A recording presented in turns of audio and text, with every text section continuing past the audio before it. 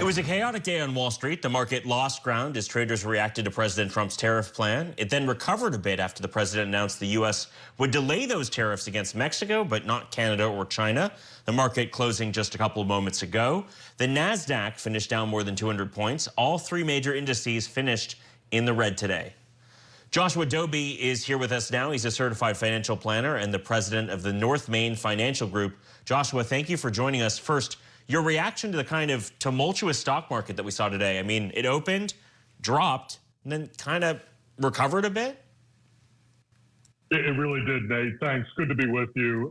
The market, I think, today is really trying to get a handle on the duration and specifically which industries are going to be most severely affected by these tariffs. And there's a lot of guessing right now because we really don't know. We saw even midday today, as you've mentioned previously, that there's now a 30-day pause relative to Mexico, but that still leaves Canada and China certainly on the most immediate table in terms of what may happen next. And I think the market is really starting to try to quantify that.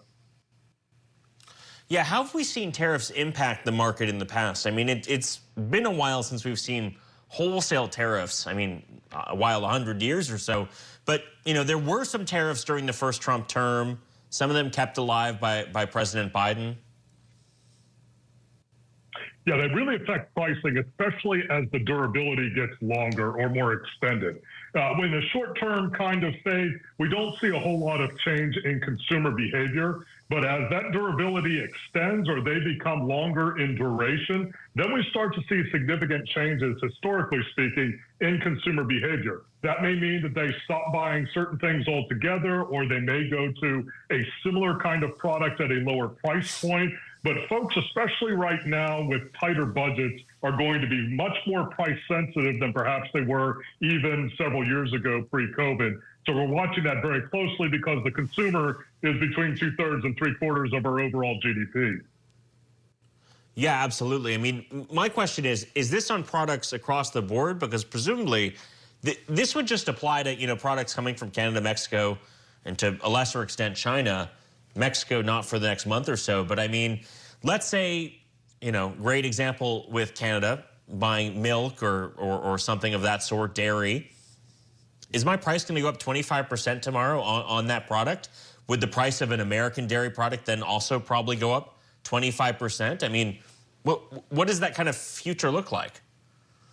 Yeah, great question, Nate. And historically speaking, there isn't an immediate move simply because of the logistics chain, meaning those things can't be done overnight. However, we see them move pretty quickly because obviously the manufacturer is going to be impacted almost immediately.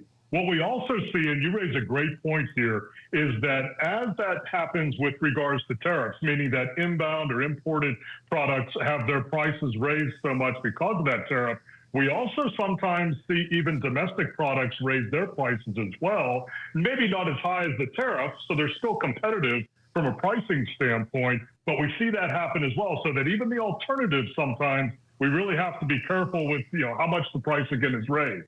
Because again, we can see a slowdown. It won't happen overnight. It can't. Our economy is just too big. But again, if you get longer duration, longer durability, that certainly is a risk.